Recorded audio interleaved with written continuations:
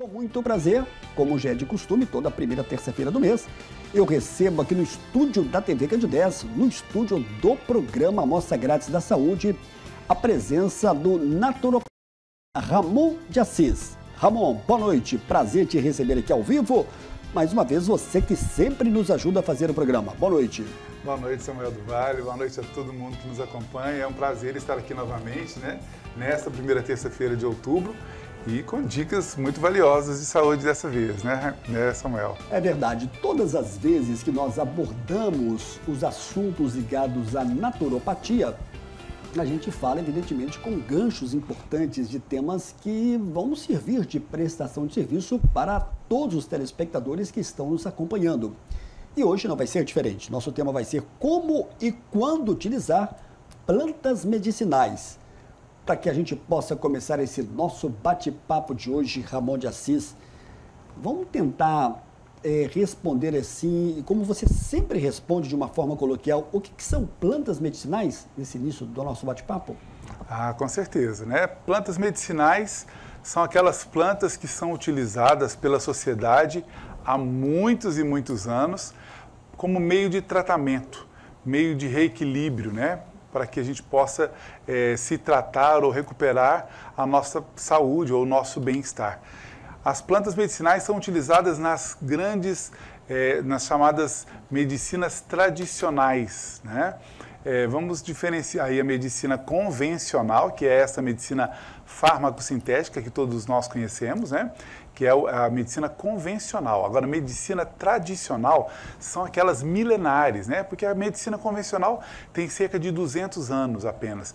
E as medicinas tradicionais, como a medicina tradicional chinesa, que tem cerca de 4.000, 4.500 anos de existência, a medicina ayurvédica, que é a medicina indiana, tem cerca de 6.000, 6.500 anos.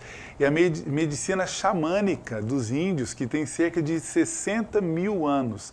Estas medicinas tradicionais, dentre outras, hoje até a medicina convencional, já se utiliza das plantas medicinais, né, como meio de tratamento. É muito falado, inclusive, Samuel, que todo mundo fala, os medicamentos que existem hoje no mercado, né, os fármacos sintéticos, também partem ali de alguma planta medicinal. Existe parte verdade e parte mito aí nessa história, né?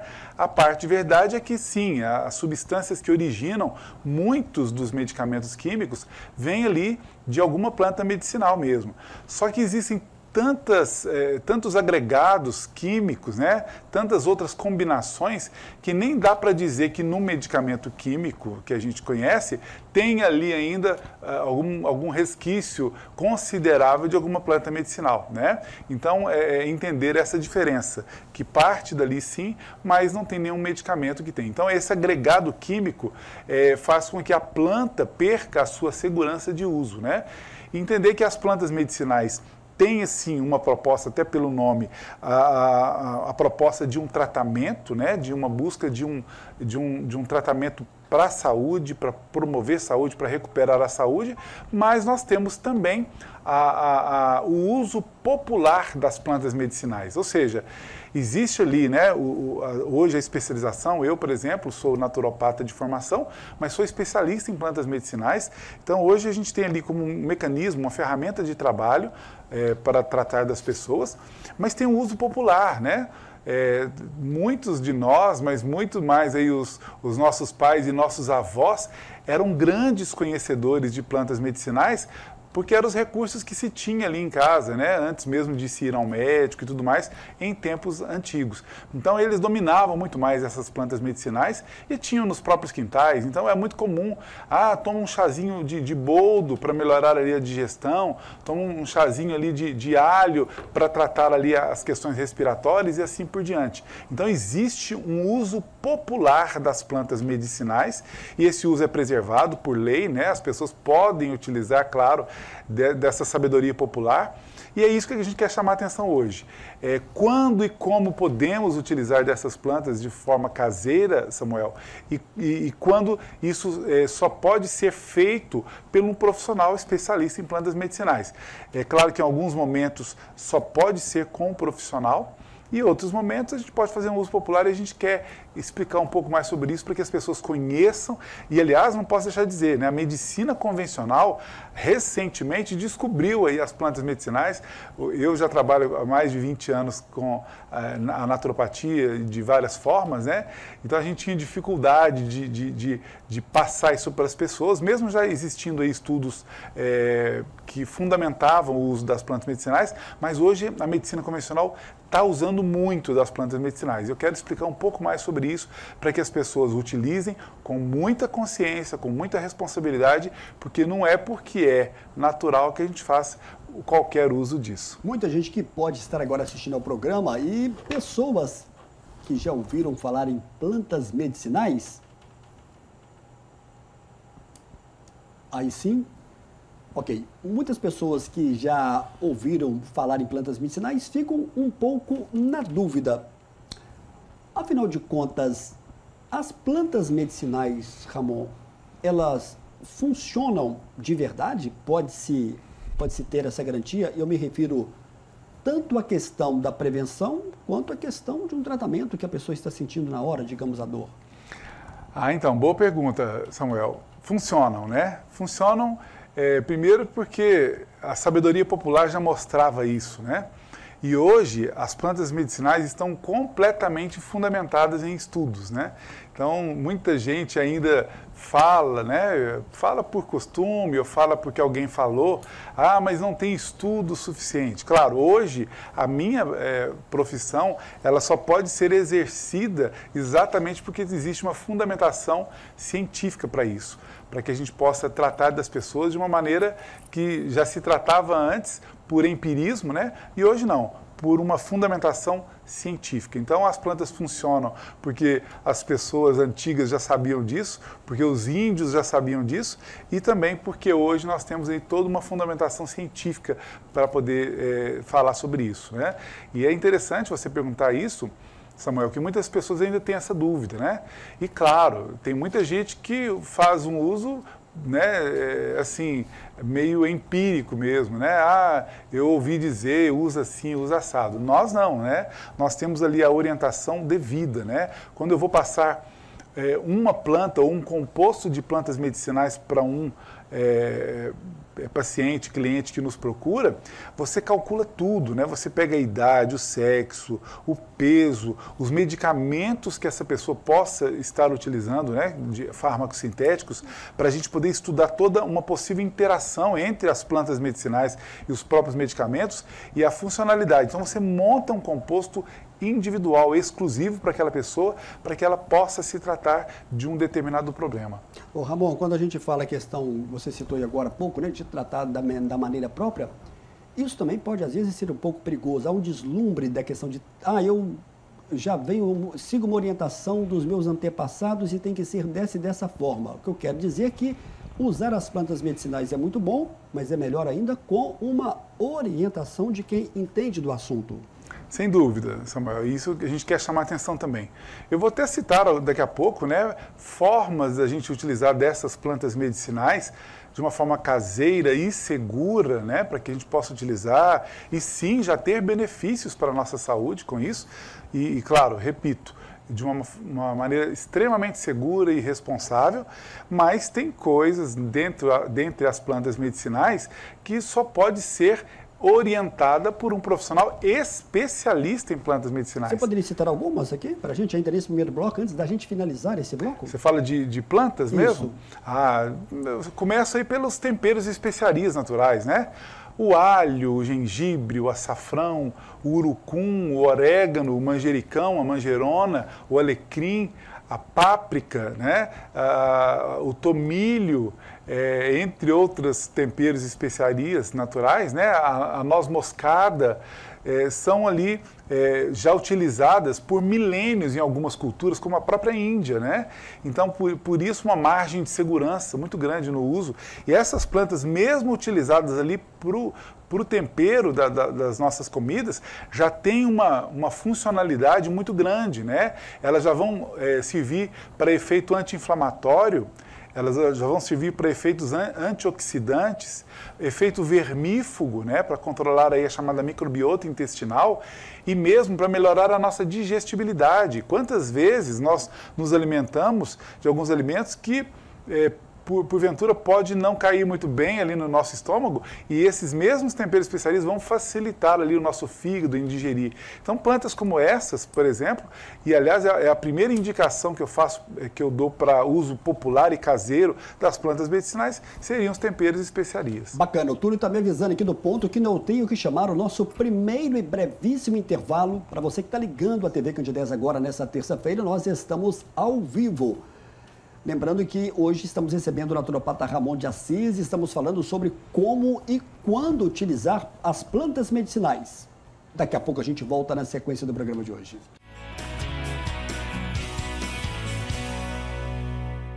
Ramon, como é que foi essa terça-feira quente aqui em Divinópolis para você nos seus atendimentos aqui no Portal Corpo e Mente aqui, que fica na 7 de setembro, 1387?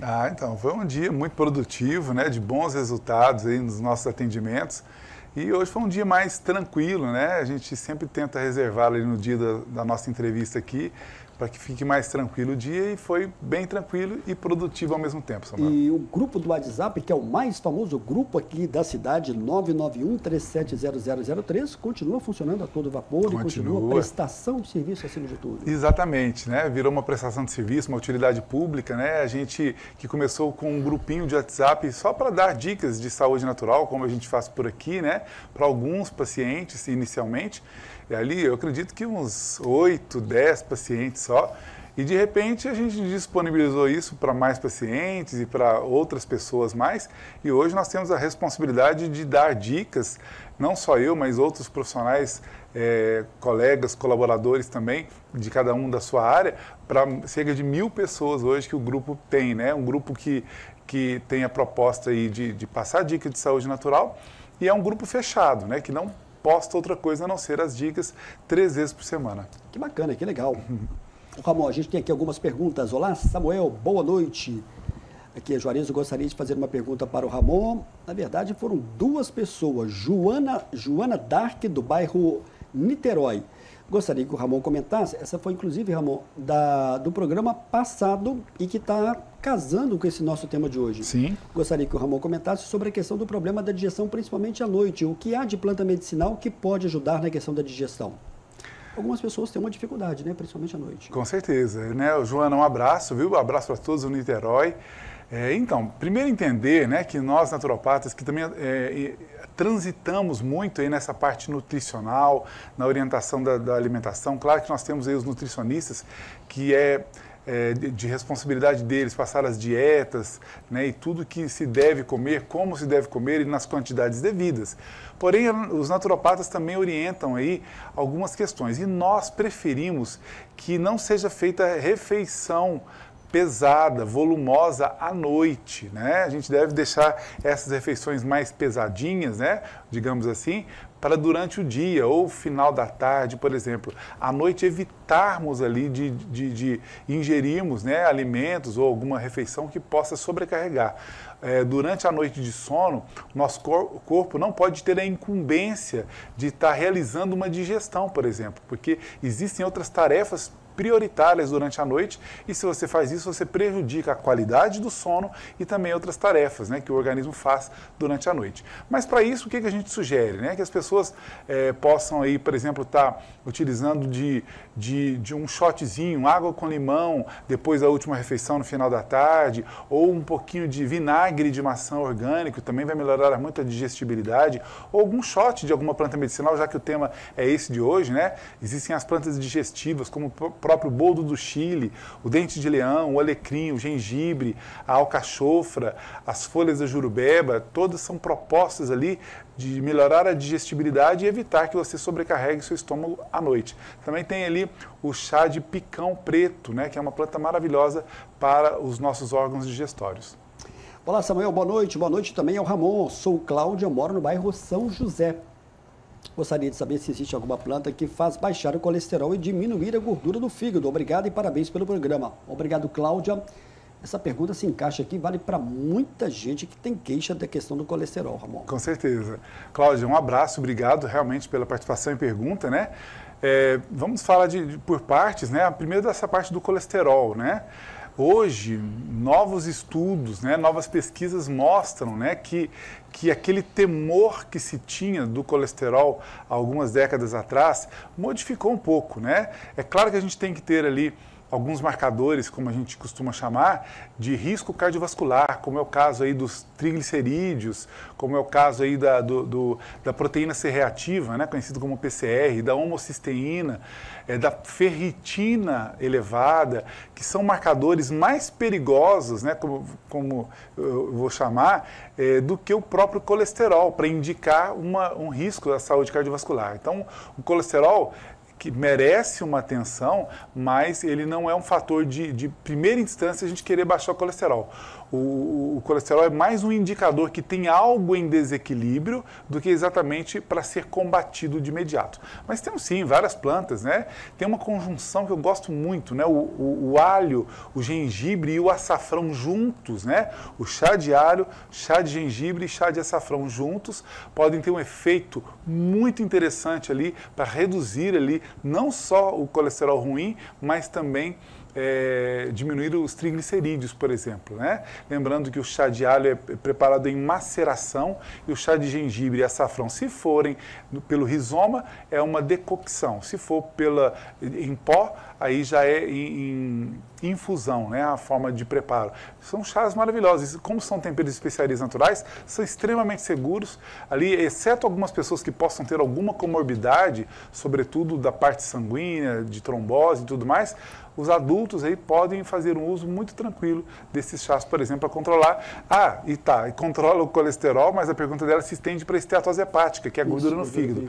A gordura no fígado também pode ser diminuída sensivelmente com a mesma estratégia dos 3 chás juntos. Mas entendendo, né, que a gente não pode deixar de dizer, que quem colabora para o aumento da gordura no fígado é o excesso de açúcar e carboidratos simples. Então, reduzir o consumo desse tipo de alimento é extremamente importante, paralelo ao tratamento, para que a gente tenha um êxito maior. E quando a gente fala da questão da planta medicinal, a gente está falando de coisas corriqueiras do dia a dia, coisas, digamos que simples. Por exemplo, a pessoa reclama muito de dor de cabeça. Há como resolver em casa, até talvez no fundo do quintal, ou com uma vizinha de alguma planta medicinal, algo bem objetivo e simples? Com certeza, Samuel. E essa é uma das nossas propostas, né? Chamar atenção para as pessoas que com procedimentos simples e seguros dentro da sua própria casa, você pode evitar de entrar, por exemplo, nos analgésicos químicos, né? Muitas pessoas ainda não sabem, mas analgésicos químicos, aliás, todo analgésico e todo anti-inflamatório químico traz danos severos à nossa saúde. Alguns analgésicos químicos podem comprometer a função renal e rapidamente, Samuel. Isso é muito sério, né? Quando se fala de dor de cabeça, a gente já fica até viciado, né? Exatamente. Alguns analgésicos para dor de cabeça, se a pessoa fizer um uso ali 2 vezes ou mais de 2 vezes por semana, ela pode estar caminhando para uma hemodiálise.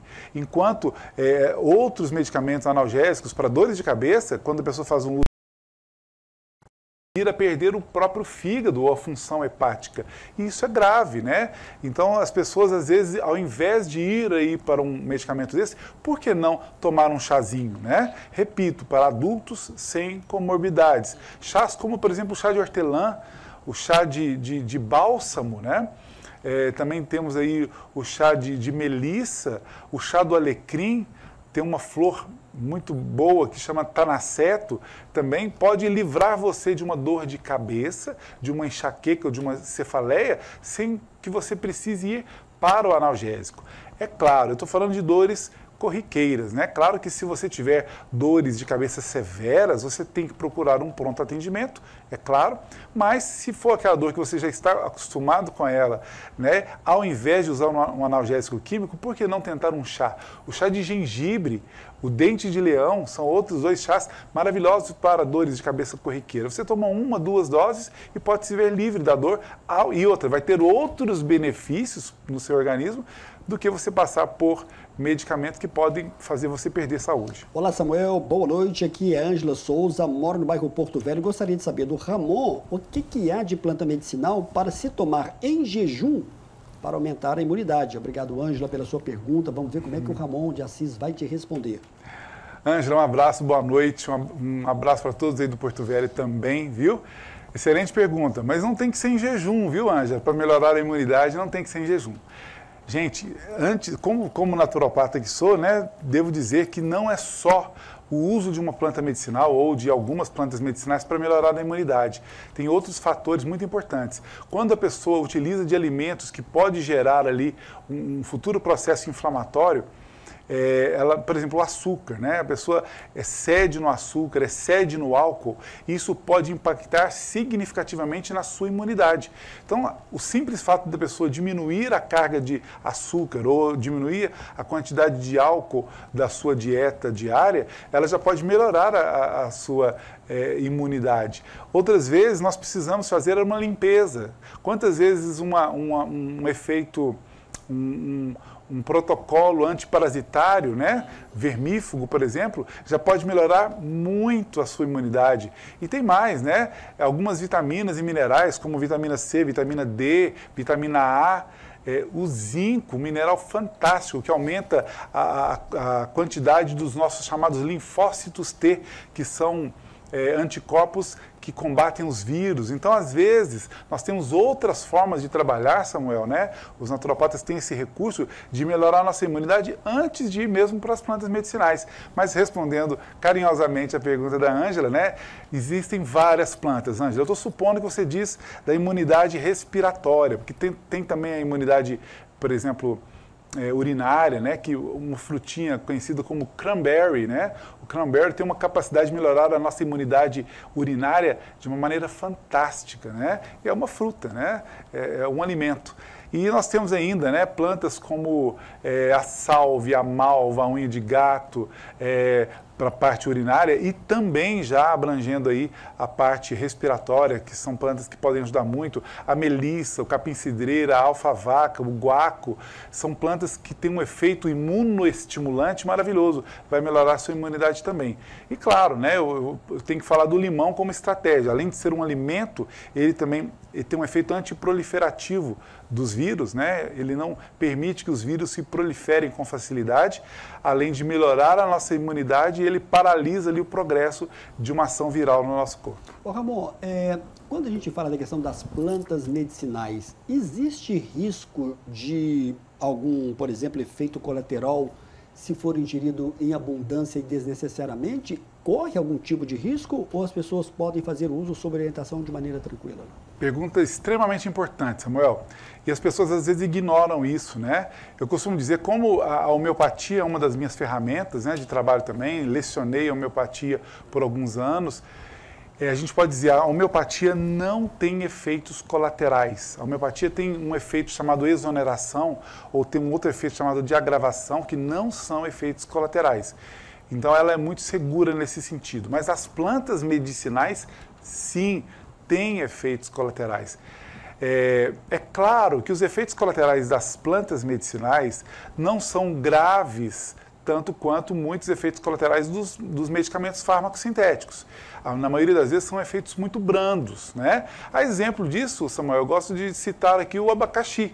Quantas pessoas que ao comerem abacaxi, a boca fica sensível, né? Abre em aftas, em pequenas feridas.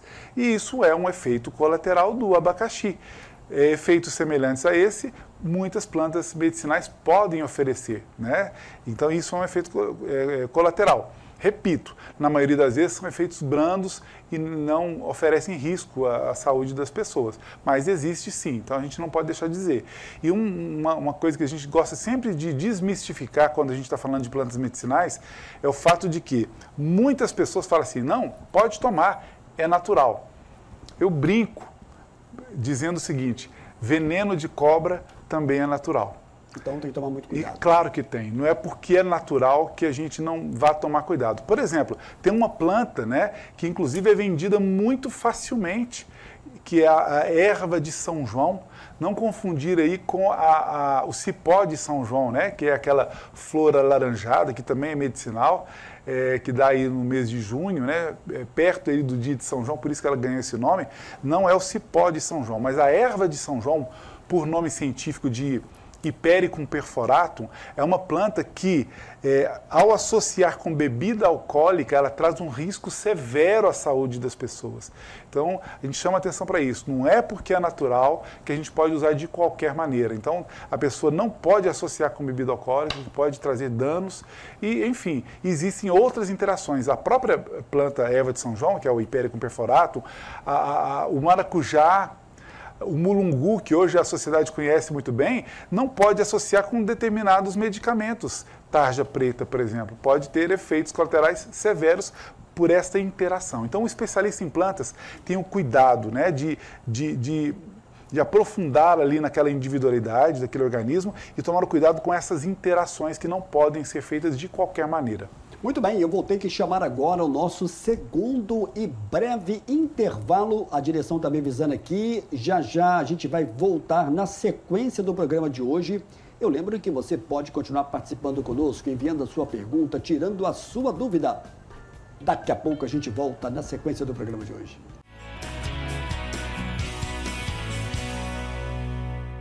Estou de volta aqui com o naturopata Ramon de Assis. Estou pegando aqui o tablet, porque são muitas as perguntas e a gente vai fazer agora nesse bloco antes de eu chamar o próximo intervalo. Olá, Samuel, boa noite. Boa noite também ao doutor Ramon. Gostaria que o Ramon falasse um pouco mais sobre uma planta que popularmente se chama mamacadela.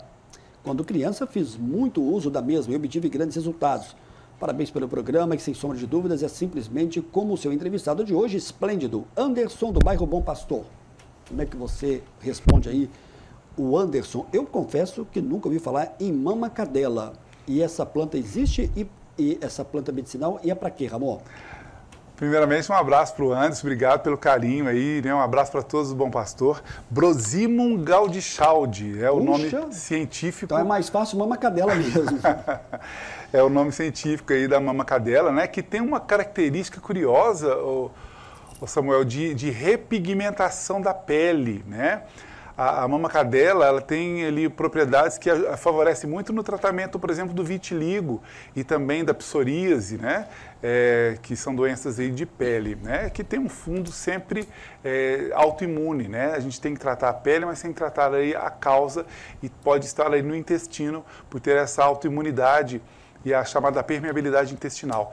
Mas ela ainda tem características ali bem interessantes para tratar processos reumáticos também, né? Muito interessante aí essa planta aí, bem de uso popular, né? Como destacou o Anderson aí. Olá, Samuel, boa noite. Gostaria de saber, contudo, tomar chá de louro com gengibre ajuda na redução da barriga? Isto é válido? Sou Adiceia, moro em São José dos Salgados, resido aqui e estou assistindo o programa agora aqui ao vivo. São José dos Salgados, que é de Carmo do Cajuru. Ela ressalta que não é gorda, mas tem uma barriga que faz sentir muito mal. E ela gostaria de algo bem natural. Ô, Ramon, eu acredito que essa também é uma queixa muito frequente no seu consultório. Muito frequente, né? Qual o nome da... Adiceia, de São José dos Salgados. Um abraço para você, Adiceia, um abraço para todos de Salgado, né? Que também está nos assistindo aí. Então, sim, né? Ela pode, essas duas plantas, o louro, o gengibre e outros, né? Eu até não citei o louro como outra planta dos temperos e especiarias. São plantas que têm uma propriedades digestivas e do controle metabólico fantásticas mesmo. Pode ajudar, né? Mas entendendo que a perda de gordura abdominal, ela está muito mais ligada, pelo déficit calórico, né?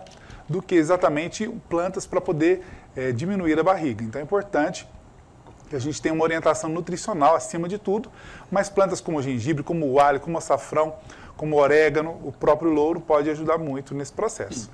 Muito bem, o Ramon vai tomar aqui uma água agora bem tranquila, viu, Ramon? Sim. Enquanto isso, eu vou acessando aqui outras perguntas que estão chegando ao vivo nesta terça-feira. Olá, Samuel, boa noite. O chá de gengibre, açafrão e alho qual é o horário que o Ramon orienta e qual que é a quantidade por pessoa na questão da quantidade de água? Eu não sei se a pergunta aqui do Francisco Cabral, aqui do centro, é mais ou menos isso, se seria um chá com gengibre, açafrão e alho ao mesmo tempo. Seria isso, Ramon? Seria sim. É o Francisco, né? Francisco, aqui do centro. Um abraço, viu? Obrigado por sempre nos acompanhar e dar aí seu testemunho ou a sua pergunta muito importante, viu? É porque eu ainda há pouco falava, né, da importância dessas 3 plantas juntas, né? Que, aliás, foi o meu TCC ali na minha especialização em plantas medicinais, foi exatamente dessas 3 plantas e eu tive a oportunidade de estudá-las profundamente. Então, Francisco, pode ser feito um shot, né? Eu brinco que shot é um mini chá. Dessas 3 plantas juntas e tomar ali logo depois da refeição ou um prazo depois da refeição, como preferir ali quem for estar utilizando. E eu sempre falo que para a medida dos chás, o que vale mesmo é a quantidade da planta, né? Que eu sugiro que seja aí de cada planta, quando é feito um único chá, de 1 colher de chá rasa daquela planta. No caso aí do alho, gengibre e açafrão, pode ser a mesma medida, de 1 colher para as 3 plantas, né? Dividido para as 3 plantas aí, para essa quantidade. A quantidade de água quase nunca importa, porque a quantidade de água não importa. O que vai importar é os princípios ativos que estão ali na erva. Então, 1 colher de chá para meio copo americano ou 1 copo americano de água, por exemplo, já vai dar para fazer o chá e tomar esse shot ali após as refeições mais volumosas, viu, Francisco? A Maria Eduarda, ela mora aqui no centro, ela pede para você comentar a respeito, deixa eu abrir aqui a pergunta dela de maneira bem clara. Olá, Samuel, boa noite, aqui a Maria Eduarda mora aqui no centro, gostaria que o Dr. Ramon comentasse sobre a questão de planta medicinal para vermes, principalmente em crianças, se existe e se de fato faz efeito. Obrigado, Maria Eduarda, pela sua pergunta. A Ramon de Assis vai te responder. Maria Eduarda, excelente pergunta, né? Uma pergunta que me dá a oportunidade de esclarecer alguns pontos interessantes. Os melhores vermífugos químicos conhecidos aí pela ciência da medicina convencional, elas cobrem, ou seja, elas conseguem matar cerca de 16 a 18 tipos de vermes do nosso intestino. E tem plantas medicinais que sozinhas conseguem matar aí de 10 a 15 tipos de vermes do nosso intestino. E quando um paciente, por exemplo, me solicita, né, ou eu percebo a necessidade de fazer uma vermifugação e sugiro para o paciente, a gente faz compostos, combinações de plantas medicinais e a gente consegue fazer uma cobertura que vai conseguir matar mais de 100 tipos de vermes do nosso intestino. Então, a abrangência das plantas medicinais, e claro, com toda uma fundamentação científica, nós montamos individualmente para cada paciente de acordo com as suas necessidades, é claro, né? Se nós já temos ali um exame que detectou um tipo de verme específico, nós já temos as plantas que matam aquele tipo de verme, né? E aí a gente monta um composto onde vai atender ali as necessidades individuais de cada pessoa. Então, isso vale para adultos, isso vale para crianças, né? Principalmente as crianças que acabam tendo verminoses com mais frequência, até pela pouca higiene, né, que a criança acaba tendo, né? Ela facilmente coloca a mão em qualquer lugar, no chão, e leva a mãozinha na boca, e isso faz com que ela adquira mais ali vermes e precisa estar sendo acompanhada muito de perto aí em relação à parte de parasitação. Muito bem. Ramon, perguntas assim do cotidiano, né? Chegam aqui, a pessoa quer saber e a gente tenta ajudar a pessoa, porque é importante a questão da audiência. Olá, Samuel, boa noite. Gostaria de saber do Ramon se a questão do manjericão pode ser ingerido todos os dias e de que forma, somente na alimentação do almoço, por exemplo? Como é que você responde a essa telespectadora que não se identificou? Não se identificou, né? De toda forma, a gente agradece a participação, a pergunta. Então, o que é o manjericão, né, Ramon? Vamos explicar? O manjericão é uma planta do rol aí dos temperos e especiarias naturais. O manjericão e a manjerona, costumo dizer que as duas plantas são incríveis ali, né, com tratamento, com propósito de tratamento. Né? O manjericão tem efeito antibiótico natural, antiviral, antioxidante, anti-inflamatório, digestivo, né? E também é outra planta maravilhosa aí para a questão de vermes no intestino. Então, né, para a sua pergunta, né, que disse, plantas desse tipo de tempero e especiarias como temperos, ou seja, pequenas pitadas, né, nós podemos utilizar todos os dias continuamente. A gente tem inclusive a experiência das culinárias tradicionais, como a culinária indiana, que já utiliza desses mesmos temperos e especiarias por vários mil anos. Então, elas são extremamente seguras para pequenas pitadas todos os dias. Agora, para o uso como chá, que é uma dose maior, uma colher de chá, né, da erva, qual que é a minha proposta? A minha proposta é que, para adultos sem comorbidades, seja utilizado cada chá, no máximo, Samuel, olha que importante, 2 vezes por semana. Isso é uma medida muito segura, né, para que as pessoas possam utilizar. E repito, para adultos e sem comorbidades. Por exemplo, se tem um adulto com a comorbidade, já teve trombose, faz tratamento antitrombótico, por exemplo, muitas plantas não devem ser utilizadas por essa pessoa, tais como algumas que a gente citou aqui, alho, o gengibre, o açafrão, o chá de guaco, por exemplo, que são também antitrombóticos, pode potencializar ali o medicamento que a pessoa já utiliza e ter riscos ali, né, de hemorragias, por exemplo. Então, as pessoas que têm comorbidades precisam de uma orientação especializada para saber o que elas podem utilizar e as quantidades também. Agora, fora disso, né, minha sugestão por segurança, adultos sem comorbidades, 2 vezes por semana cada chá nessa dosagem que a gente passou. Muito bem, eu vou fechar agora a pergunta da telespectadora também, Odisseia Aparecida Dias. E o chá de orégano é bom e para que serve? Orégano. Ramon de Assis também responde. Tem o chá de orégano? Tem esse chá? Tem, né? Orégano, ou o nome científico, Origanum vulgare, né? Que é o nome científico do orégano, uma planta mediterrânea com propriedades incríveis, né? Primeiro que o chá de orégano é um dos melhores antitussígenos que nós temos nas medicinas naturistas, né? Combate tosses, né? De qualquer ordem. E o orégano, Samuel, foi estudado, olha só que interessante, né? Ela está no rol entre as 3 plantas conhecidas pela medicina, né? Que tem a capacidade de alongar os nossos telômeros, que está no núcleo do nosso DNA, e o orégano entra para esse rol que ajuda a aumentar a expectativa de vida. Se a pessoa tem ali uma expectativa de viver 80 anos, ela pode aumentar esse tempo usando o orégano frequentemente. Olha que legal. Além do orégano, nós temos as 2 plantas que são de origem chinesa, né, que é o astragalus e também o chá verde, o conhecido chá verde aí, que na verdade é da planta Camellia sinensis, o nome científico, né?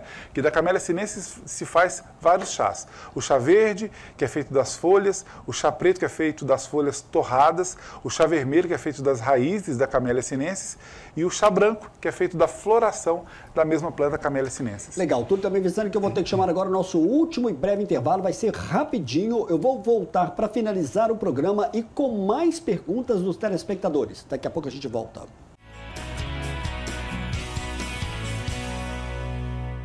Estou de volta aqui no estúdio da TV Candidez. Eu não posso perder tempo porque são muitas as perguntas nesta terça-feira ao vivo para o naturopata Ramon de Assis. E o nosso compromisso é tentar fazer aqui todas as perguntas. Eu estou recebendo aqui algumas perguntas de áudio, então vou pedir à pessoa que está mandando áudio, se ela puder escrever, porque aqui fica quase difícil, principalmente porque nós não temos agora mais intervalo.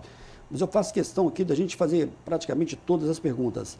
Olá, Samuel, boa noite. Gostaria de saber do Dr. Ramon do chá da casca de melancia. Se existe e é bom para quê? Meu nome é José Vicente, parabéns pelo programa.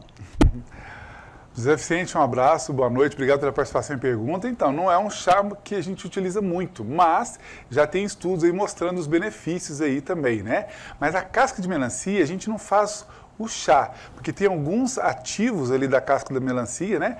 Eu falo que é entre casca, né? Aquela parte entre a polpa da fruta e a própria casca da fruta, que tem ali né? Aquela parte mais esbranquiçada da melancia, que ajuda muito ali a melhorar a nossa produção de hormônios, especialmente de nós homens, né? Então, tem uma vantagem muito grande e pode ser aí explorada, né? E consumida ali para poder melhorar ali os nossos hormônios. O Ramon, o Douglas Oliveira está com uma foto aqui com a esposa dele, com o nenenzinho.